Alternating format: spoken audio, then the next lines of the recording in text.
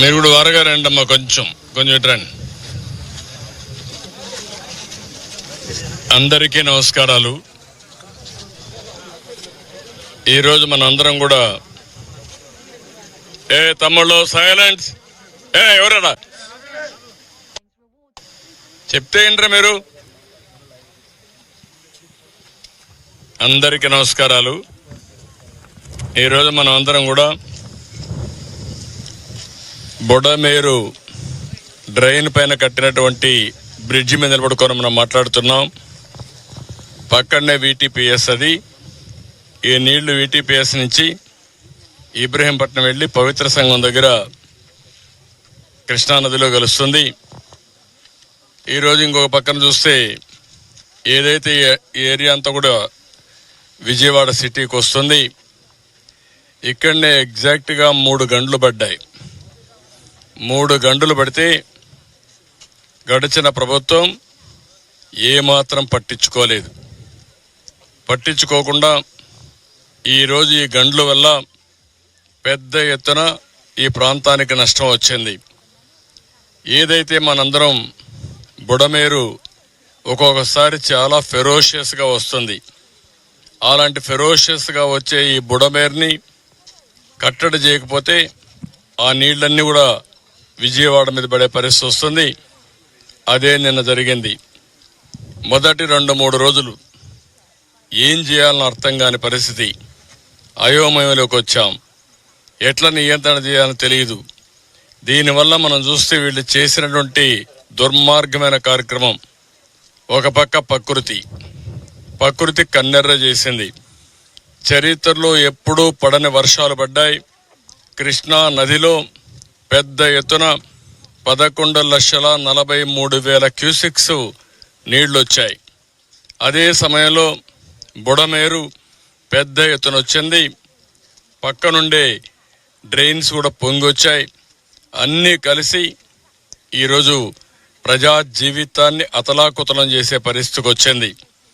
ఈరోజు ఇక్కడనే ఇంకొక డ్రైన్ మన వాళ్ళు పులిబాగు వచ్చింది, ఇక్కడనే వచ్చింది.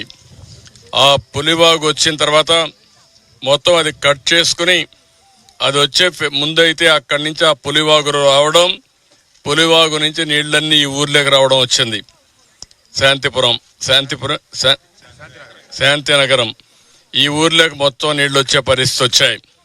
అక్కడ ఎప్పుడైతే బ్రీచ్ అయిందో ఆ బ్రీచ్ నుంచి మళ్ళా ఫర్దర్గా బ్రీచ్ అయి ఆ నీళ్లన్నీ కూడా టౌన్లోకి 9 అడుగులు కిందికి కోసపోయే పరిస్థితికి వచ్చింది. దీన్ని రామానాయుడు గారు ఇంజనీరింగ్ డిపార్ట్మెంట్ ఇక్కడే ఉండి రాత్రింబగుళ్ళు పనిచేశారు. నిద్రాహారాలు పనిచేశారు. ఆర్మీ కూడా చేతులు తీసే పరిస్థితికి వచ్చారు. చాలా దిక్కల మేము బ్రీచ్లు క్లోజ్ చేశాం, కానీ ఈ బ్రీచ్ క్లోజ్ చేయడంలో మా దగ్గర తగిన టెక్నాలజీ లేదు. దీనికి ఏం చేయాలన్నా మాకు కూడా మార్గం కనపడలేదన్నప్పుడు ధైర్యం చేసి ముందుకు పోయారు. ఒక్కొక్క బోల్డర్ని మీరు చూస్తే 1 టన్ను బోల్డర్స్ తీసుకొచ్చారు. ఎక్కడ చూసినా నీళ్లు, బురద, వెహికల్స్ పోలేని పరిస్థితి. ప్రొక్లైన్స్ పెట్టుకుని ఒకవేళ బురదలో కూరకపోతే మళ్ళా బయట తీసుకొచ్చి ఎక్కడికక్కడ 2-3 రోజులు లోకేష్ కూడా ఇక్కడ రావడం, ఎప్పటికప్పుడు ఆయన కూడా ఇక్కడ వీరు పనిచేయడం, డ్రోన్ పెట్టడం, డ్రోన్తో వచ్చినటువంటి ఇవన్నీ కూడా తీసుకొని ఏ విధంగా చేయాలనో మానిటర్ చేసుకుంటూ ఈయనతో కూడా రామానాయుడు గారితో సమన్వయం చేసుకున్నారు. రామానాయుడు గారు నేను ఒకటే చెప్పాను, ఏదైతే నీళ్లు వస్తున్నాయి ఆ నీళ్లు కట్టడి చేయకపోతే, కింద నుండే నీళ్లు తీసేయలేకపోతే మనం చేసే ఎఫర్ట్స్ అన్నీ కూడా వేస్ట్ అవుతాయి. మనం ఎన్ని ప్రయత్నాలు చేసినా ఏమి చేసినా మనం ముందుకు పోలేమని చెప్పాం. ఈ 2 మార్గాలని చెప్పి ఎప్పటికప్పుడు పనిచేశాం. కిందనంతా కూడా వీళ్ళు చేసినట్టు దుర్మార్గమైన కార్యక్రమం. బుడమేరు మొత్తం కబ్జాలు చేశారు, అక్రమ కట్టడాలు కట్టారు, రిజిస్ట్రేషన్ చేసుకున్నారు. తద్వారా నీళ్లు పోలేని పరిస్థితి వచ్చింది. ఎక్కడికక్కడ ఇలాంటి వెంట్లుంటే పూర్తిగా పూడిపోయే పరిస్థితికి వచ్చాయి. అందులో నీళ్లు పోయే పరిస్థితి లేదు. ఎక్కడ చూసినా చెత్త చెదారం 5 ఏళ్లు పెరకపోయి నీళ్లు పోలేని పరిస్థితి వచ్చింది. అన్ని కలిపి దగ్గర 6 లక్షల మంది జీవితాలు అతలాకుతలం అయిపోయినాయి. ఇంకొక పక్కన మేము సర్వ విధాల ప్రయత్నం చేశాం. ప్రతి ఒక్క ఇంటికి ఆహార పొట్లాలు పంపించాలని. ఒక రోజున 10 లక్షల మందికి ఆహార పొట్లాలు పంపించి ఎన్నైనా పర్వాలేదు చేర్చమన్నాం. బోట్లు తెప్పించాం, ఎన్డీఆర్ఎఫ్ను పెట్టాం, హెలికాప్టర్లు తెప్పించాం, ఆహార పొట్లాలు ఎక్కడికక్కడ హెలికాప్టర్ల ద్వారా సరఫరా చేశాం, డ్రోన్స్ పెట్టుకున్నాం. డ్రోన్స్ ద్వారా ఎక్కడికక్కడ బిల్డింగ్ల పైన ఉంటే ఆహారం పంపించే పరిస్థితికి వచ్చాం. ఎన్ని ప్రయత్నాలు చేసినా చివరి నుండే వ్యక్తులకి మేము సరిగా అందించలేకపోయాం. ఒక దుర్మార్గుడి యొక్క పాలనలో వీళ్ళు చేసిన తప్పుడు పని వల్ల ఎలాంటి దుర్మార్గమైన కార్యక్రమాలు తయారయ్యే పరిస్థితి వచ్చింది. మనం నిలబడుకున్నటువంటి ఈ బ్రిడ్జికి కనీసం ఆ పక్క ఈ పక్క దారి 5 సంవత్సరాల్లో వేయలేకపోయారు. కనీసం ఒక దారి కూడా ఏర్పాటు చేయలేని వీళ్ళు ఈ రాష్ట్రాన్ని ఏ విధంగా అభివృద్ధి చేశారో మనం గుర్తుపెట్టుకోవాల్సిన అవసరం ఉంది. అభివృద్ధి చేయకపోతే పర్వాలేదు. నేను ఆ రోజు నుంచి చెప్పాను, వ్యవస్థలు చిన్న భిన్నం అయిపోయినాయి, భ్రష్టు పట్టిపోయినాయి. ఈ వ్యవస్థల భ్రష్టు పట్టిపోయిన దానివల్ల ఎవరో పని చేయలేని మొరేలు లేదు, ఎవరో పని చేసే ధ్యాస లేదు. అక్కడి నుంచి నాకు 2-3 రోజులైతే శత విధాల అడ్మినిస్ట్రేషన్ని ఫోర్స్ చేసినా మేము లాస్ట్ మైలో అనుకున్న లక్ష్యాలు నెరవేర్చలేకపోయాం. కానీ ఈరోజు అడ్మినిస్ట్రేషన్ కూడా మీరు చూస్తే రాత్రింబగళ్ళు పనిచేశారు, బురదలో తిరిగారు, కష్టపడ్డారు. ఈరోజు ఎక్కడైతే ఇక్కడ రామానాయుడు గారు కానీ, వెంకటేశ్వరరావు కానీ, సాయి ప్రసాద్ వీళ్ళు ఎట్టయితే పనిచేశారో వాళ్ళ వింగ్ అంతా ఇక్కడ ప్రజలందరూ సహకరించారు. ఎక్కడికక్కడ స్వచ్ఛందంగా ఇక్కడ ఒక లోకల్ కాంట్రాక్టర్ ఉంటే అతను కూడా ముందుకొచ్చి వెంకటేశ్వర అనే కాంట్రాక్టర్ ఏమాత్రం మొహమాట పడకుండా ఏం చేయాలనో స్వయంగా ఉండి పర్యవేక్షించి ఈ బ్రీచ్ని క్లోజ్ చేసే పరిస్థితికి వచ్చారు. అది క్లోజ్ చేయకుండా క్లోజ్ చేసిన తర్వాత కూడా మీరు చూశారు, పెద్ద పెద్ద బోల్డర్స్ పెట్టారు. మొదటి రోజున 500-600 క్యూసెక్స్ నీళ్లు మళ్ళా లీకేజ్ మొదలుపెట్టాయి. దానిపైన వాళ్ళ దగ్గరుండే ఒక మెటీరియల్, లేటెస్ట్ మెటీరియల్ని ఆ టార్బాలిన్ మరిగా ఉండే అంతా కూడా ఆ మెటీరియల్ పేరు జియో మెమరీన్ ఒకటి, దానిపైన ఇంకొకటి కూడా పెట్టి ఏం షీట్ అది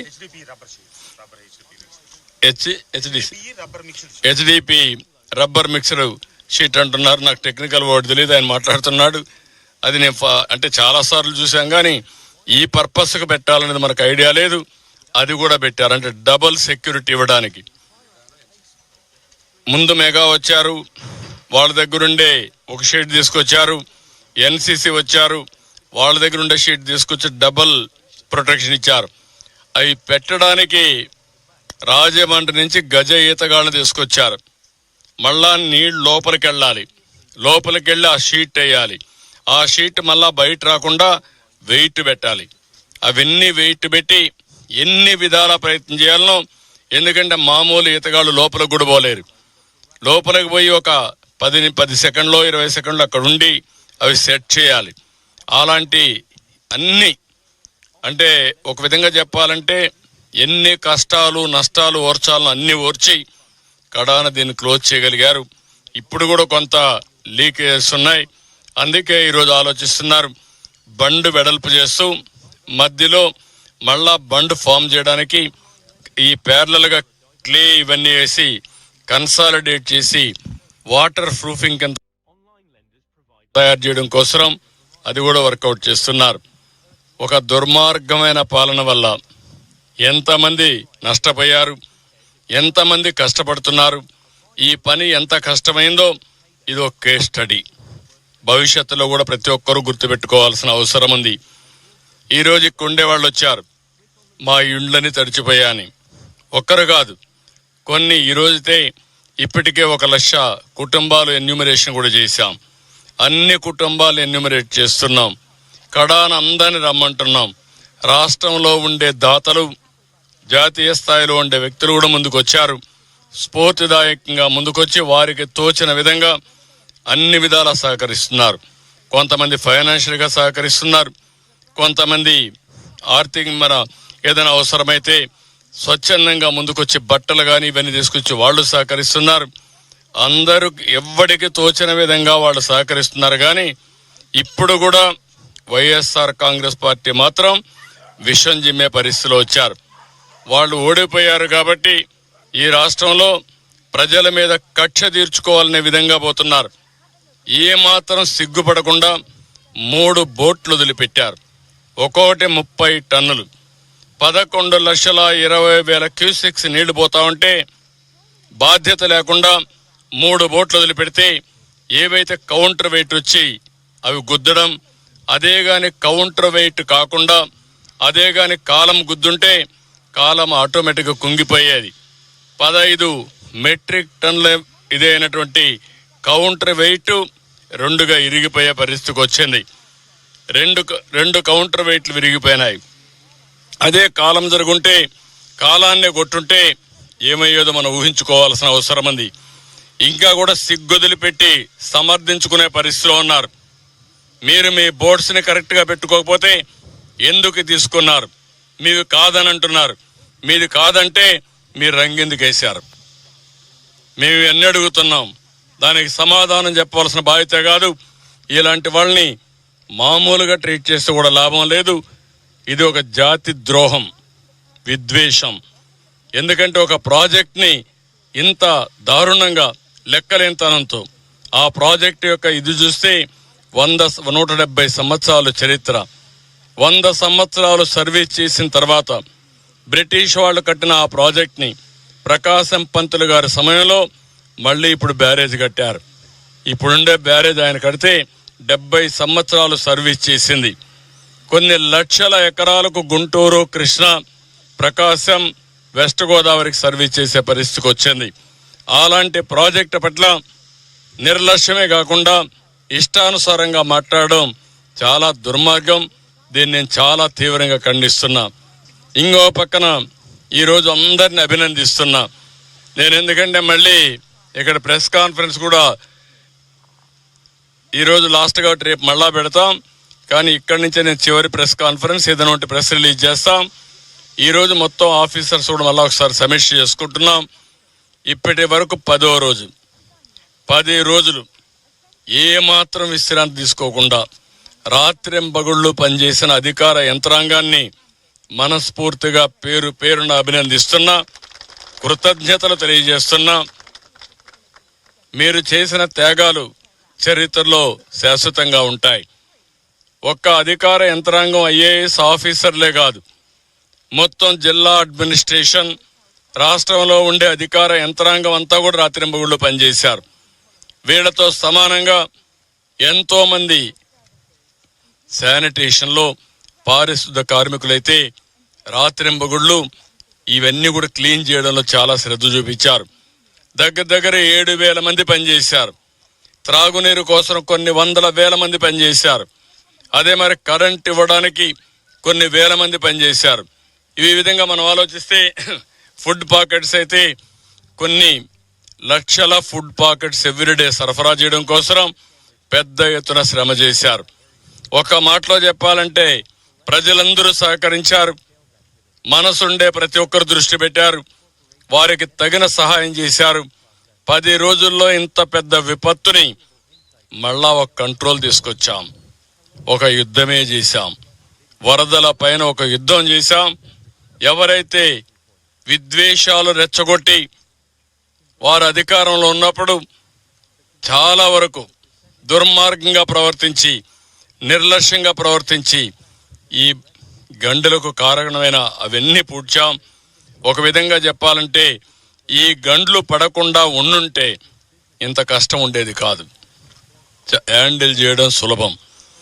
నీళ్లల్లో పోవాలి. నా జీవితంలో చాలా సంక్షోభాలు చూశాను. ఉదుహుదు చూశాను, సూపర్ సైక్లోన్ చూశాను, తిత్లీ చూశాను. అక్కడ జరిగింది, ఒకసారి విపత్తు వస్తుంది, ఆ విపత్తు వెళ్ళిపోతుంది.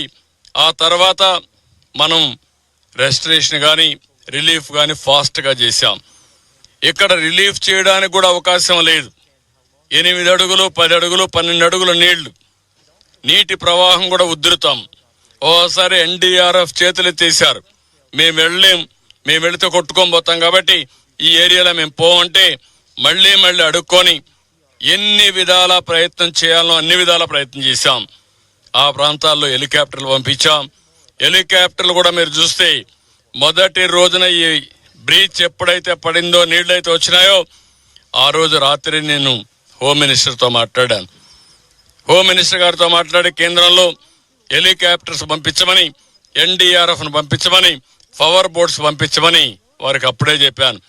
దాంతో తెల్లవారే కొందికి ఎక్కడెక్కడో ఉండే బోట్లని ఎయిర్ లిఫ్ట్ చేశారు. పంజాబ్ నుంచి పంపించారు, చెన్నై నుంచి పంపించారు, బెంగళూరు నుంచి పంపించారు. వివిధ ప్రాంతాల్లో ఉండే ఈ బోట్లు గాని అదే మరిగా ఎన్డీఆర్ఎఫ్ స్టాఫ్ను గాని పెద్ద ఎత్తున పంపించారు. వాళ్ళందరూ వచ్చారు. వాళ్ళందరి సహకారంతో పనిచేశాం. మళ్ళీ తక్కువ ఉంటే రెండో రోజు ఇంకా ఎక్కువ తెప్పించాం.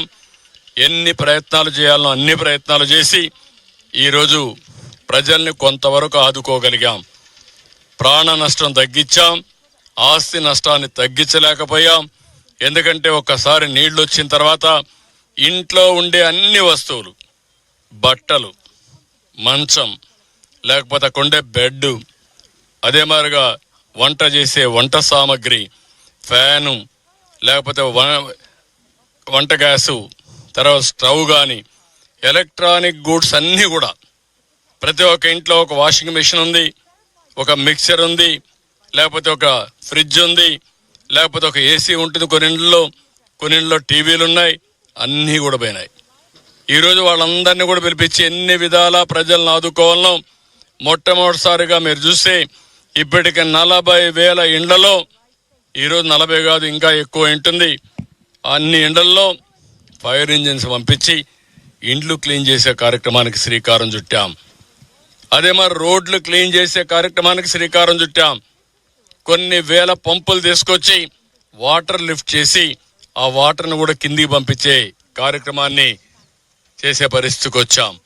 అంటే ఒక పని కాకుండా ఏది కూడా మ్యాసివ్గా ఇన్నోవేటివ్గా వెళ్ళాం.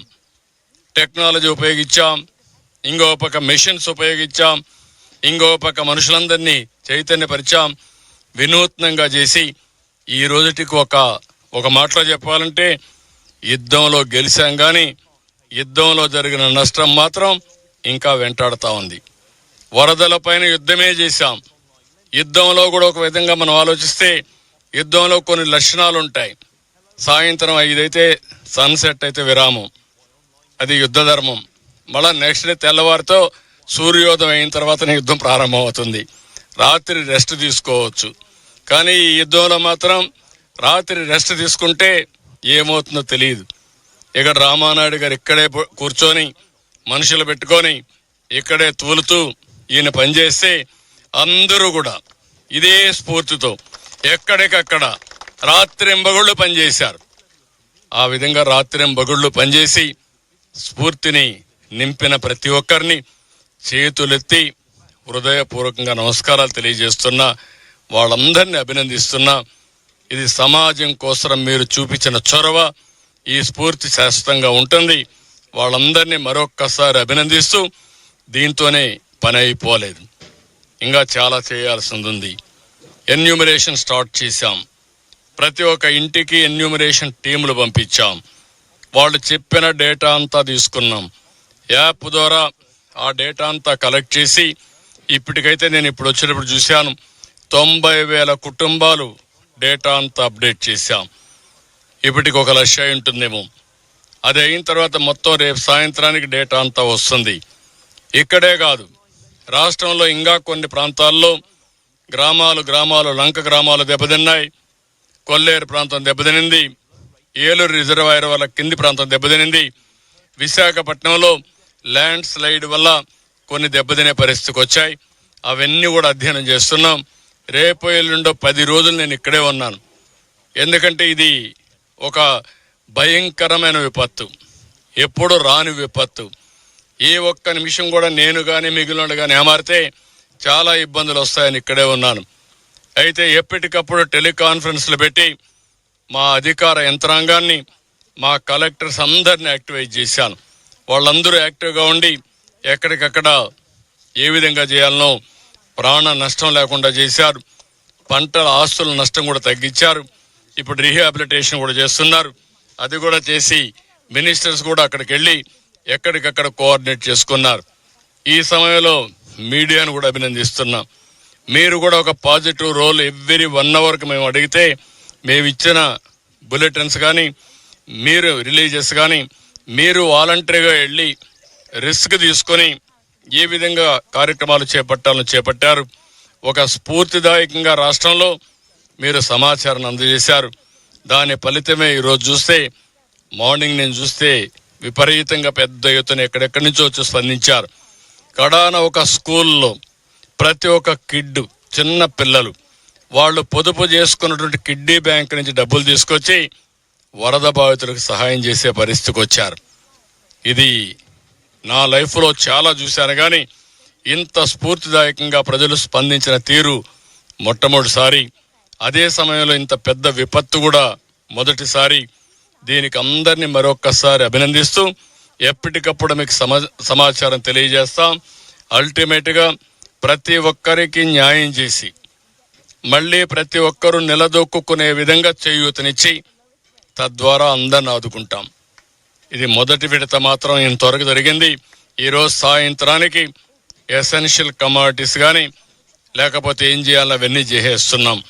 రేపటి నుంచి మళ్ళా ఒకసారి సమీక్ష చేసుకుని ఎల్లుండి లోపల అవుతానే మోటార్ బైకులు పోతే ఏం చేయాలి, కంపెనీలతో కూడా మాట్లాడాను. అదే మరి ఎలక్ట్రానిక్ గూడ్స్ అయితే మొత్తం వాళ్ళ ఏజెంట్స్ అందరినీ పిలిపించాను.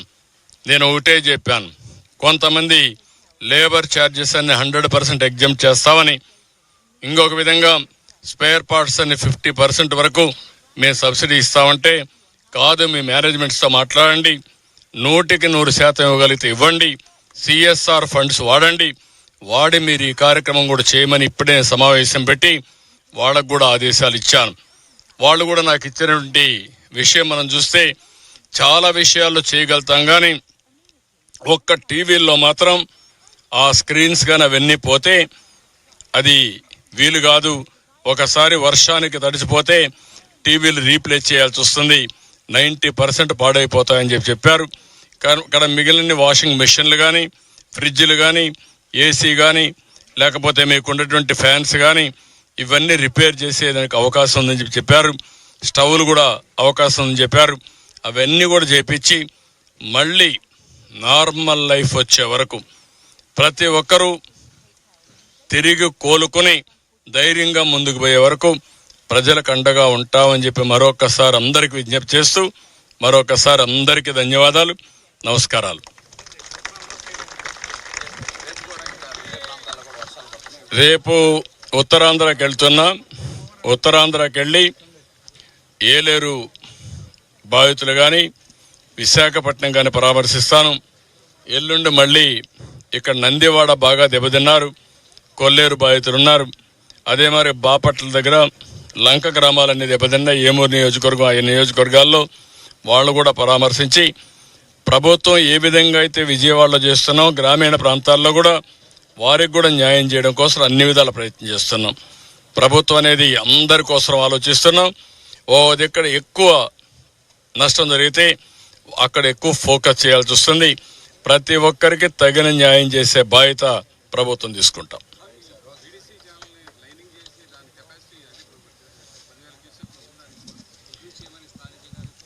తప్పకుండా ఇది శాశ్వత పరిష్కార మార్గం చూపించాలి. ఈ కెనాల్ అంతా కూడా లైనింగ్ చేసి నీళ్లు ప్రాపర్గా పోయేట్టుగా బుడమేరు డ్రైన్ కూడా కొల్లేరుకి వెళ్తుంది, దాన్ని కూడా పూర్తిగా ప్రక్షాళన చేయాల్సిన అవసరం ఉంది. బుడమేరు ఆపరేషన్ కూడా స్టార్ట్ అవుతుంది. అది ఆపరేషన్ స్టార్ట్ చేసి ఎవరైతే ఇష్టానుసారంగా ఆక్యుపై చేసుకుని కబ్జాలు చేశారో అలాంటి కబ్జాలను తొలగించడమే కాకుండా కొంతమంది బరి తెగించి రిజిస్ట్రేషన్ కూడా చేసిన వాళ్ళు ఉన్నారు. అలాంటివి కూడా అన్ని అనలైజ్ చేస్తాం.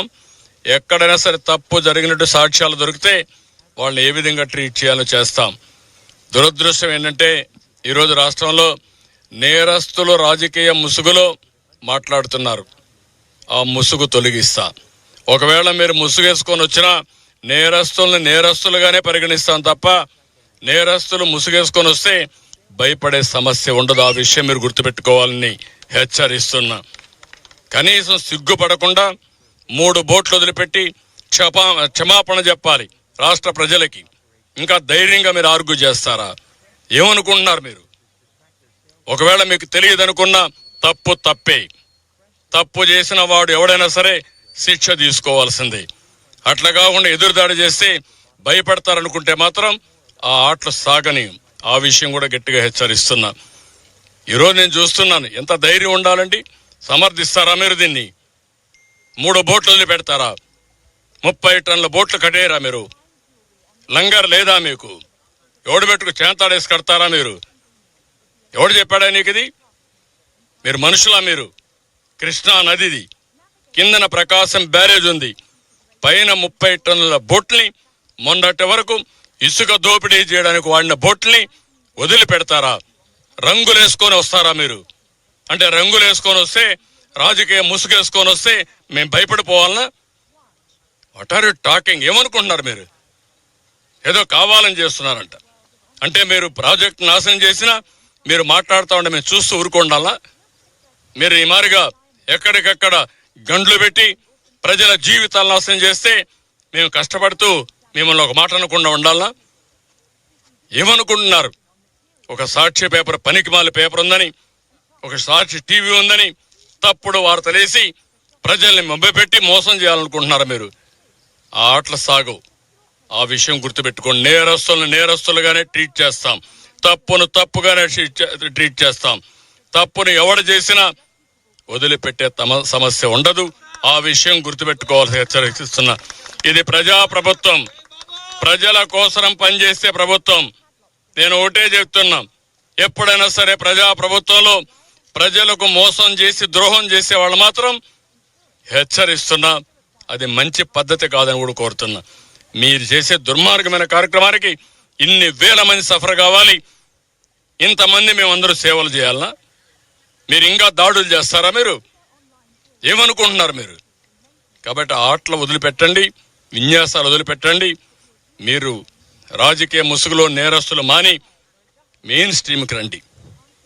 రాజకీయాల్లో మెయిన్ స్ట్రీమ్కి రండి. కరుడు గట్టిన నేరస్తులు ఎవరు కూడా మీ పార్టీలో కానీ ఎక్కడున్నా ఎవరిని వదిలిపెట్టం. పార్టీ ముసుగేసుకున్నంత మాత్రం భయపడే సమస్య లేదు. కాబట్టి ఇది బ్రాడ్గా మీరు కూడా ఎప్పటికప్పుడు మీకు సమాచారం తెలియజేస్తాం. ఏం జరిగిందో ఆ విషయాలు చెప్తాం, ముందుకు వెళ్తాం. Thank you.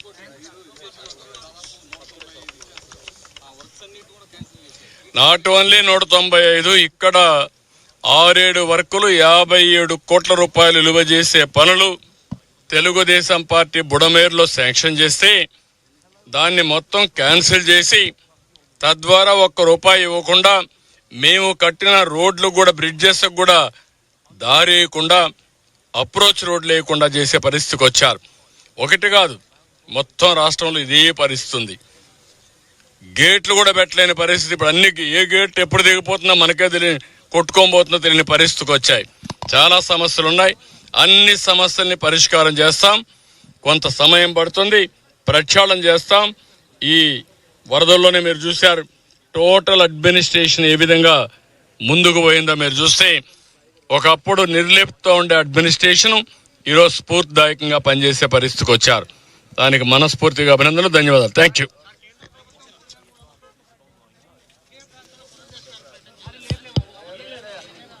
అదేమీ కాంట్రవర్సీ లేదు.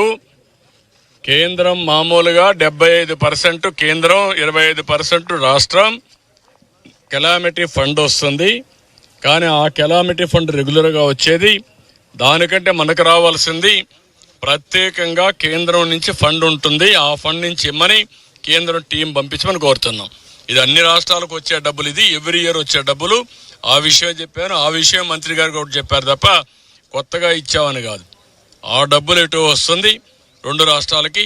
అది కాకుండా ప్రత్యేకంగా మన రాష్ట్రంలో జరిగిన, తెలుగు రాష్ట్రాల్లో జరిగిన విపత్తు వల్ల చాలా నష్టం వచ్చింది. దానికి అదనంగా సహాయం చేయాలి. ప్రత్యేకంగా సహాయం, అదనంగా కూడా కాదు, ప్రత్యేకంగా సహాయం చేయాలి. అదే చెప్పింది. మీకు ఎవరికైనా కన్ఫ్యూజన్ అవసరం లేదు.